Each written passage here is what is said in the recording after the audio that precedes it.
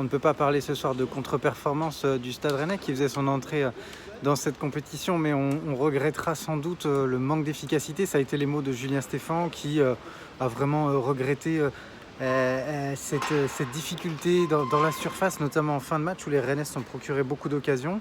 On l'a vu avec Guirassy, on l'a vu avec Adrien Hunou.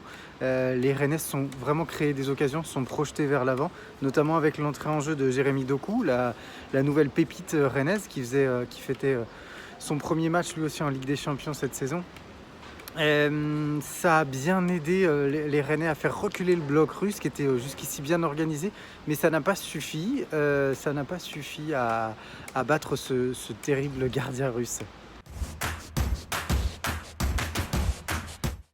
Alors ce gardien justement il s'appelle Matvei Samonov, il a écœuré les attaquants rennais. Julien Stéphan disait de lui que c'était le meilleur joueur de l'équipe adverse ce soir. On est plutôt d'accord avec lui, même si certains autres joueurs de Krasnodar, à l'image du milieu de terrain suédois Olsson, ont livré vraiment une belle partie. Samonov, il a 21 ans, il fait 1m92, il est né à Krasnodar, il a fait toute sa carrière et toute sa formation à Krasnodar. Voilà, c'est la belle histoire du soir, il a sorti quelques parades, pas toujours académiques, mais toujours efficaces, notamment sur deux belles frappes de Kamavinga en première mi-temps et surtout sur toutes ces occasions qu'il a sorties en fin de match.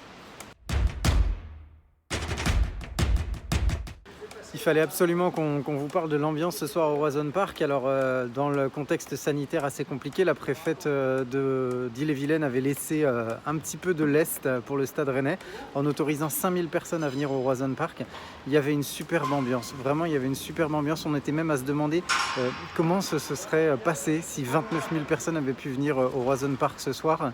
La soirée était belle et elle avait déjà commencé sur la rocade. Les membres du RCK, du Roazhon Celtic Cup, le club d'ultra du Stade Rennais, avaient agité des fumigènes au passage du bus. Les joueurs en ont parlé tout à l'heure, le coach en a parlé, en disant que vraiment ils avaient compris que ça rentrait dans une nouvelle dimension.